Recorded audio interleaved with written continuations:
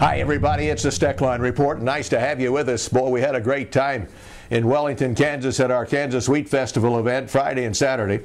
One of the biggest events that drew people was, of course, the use of drones, and this is a big deal. A lot of people may be disregarding it, but I got to tell you, it's a big deal. It can be used for so many things. I just found out from my daughter that they use drones to check homes, and she's in the real estate business, and see how the terrain lies and how this house sets on a beautiful lake or whatever it might be. Yeah, they can do that from their office. And we can check our bugs eating up our wheat fields or whatever field we've got from our house too with a drone. Stand by, I want to talk more about that in a minute.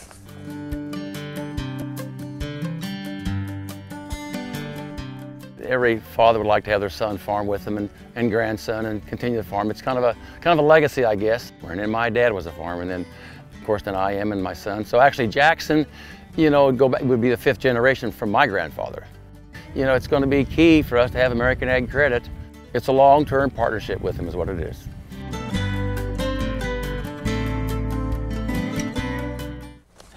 Well, agricultural use of drones is about to take off in the U.S. like never before. In fact, it already has taken off. I'll be honest about it. But it's been grounded some over the last few years by the lack of federal guidelines.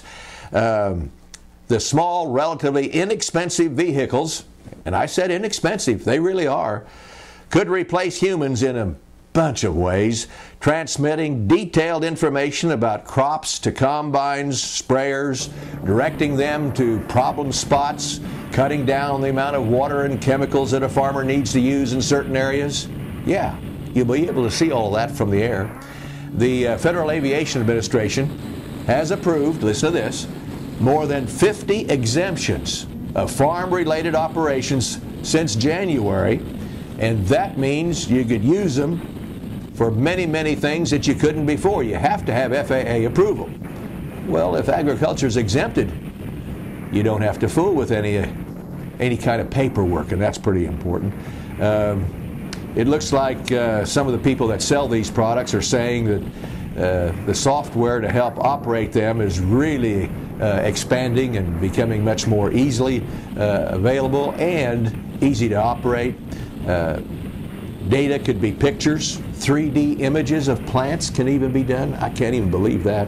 Thermal readings of crops or animals or other observations as well. In 5 years, we won't have to blanket a field with chemicals, according to one guy that is heavy into the drone business. But most farmers still cannot legally fly the vehicles. The FAA is working on rules that will allow those drones to be used regularly for business while maintaining certain safety and privacy standards. An FAA proposal that we've seen would allow flight of the vehicles as long as they weigh less than 55 pounds, stay within the operator's sight, and fly during the daytime. There's a few other restrictions too.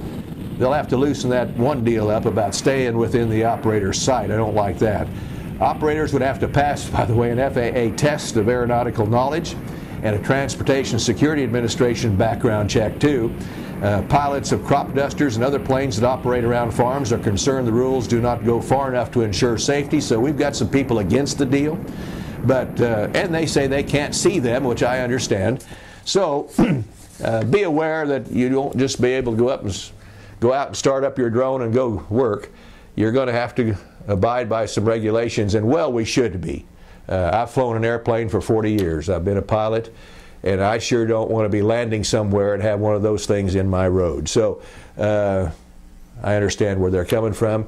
Common sense should prevail, and there'll be a big deal for all of us in business. See you on the next Steckline Report.